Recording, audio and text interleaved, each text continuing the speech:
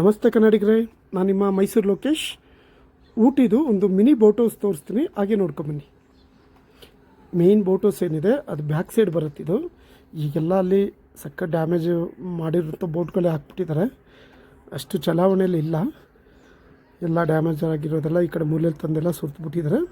ಪಕ್ಕದಲ್ಲಿ ಪಾರ್ಕ್ ಇದೆ, ಚೆನ್ನಾಗಿದೆ.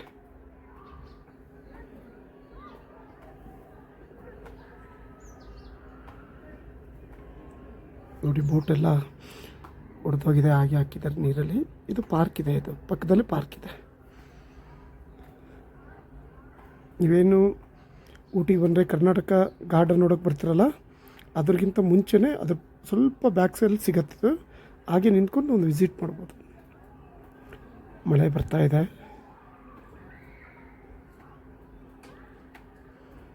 ಎಲ್ಲ ಮುರಿದ ಬೋಟ್ಗಳು.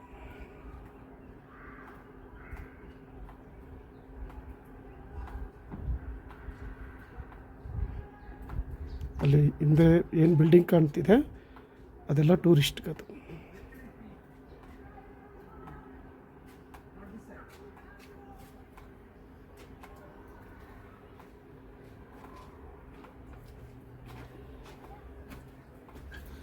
ಈಗ ಬಂದರೆ ಇದನ್ನು ಒಂದು ವಿಸಿಟ್ ಮಾಡ್ಬೋದು.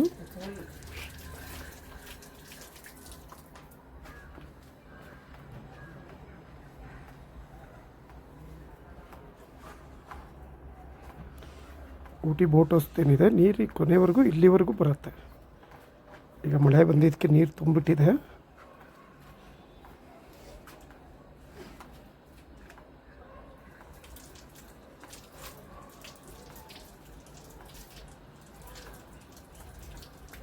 ಮೊದಲು ಇಲ್ಲಿಂದಲೂ ಬೋಟ್ ಬಿಡ್ತಾಯಿದ್ರು, ಈಗೆಲ್ಲ ಹಾಳಾಗೋಗಿದೆ.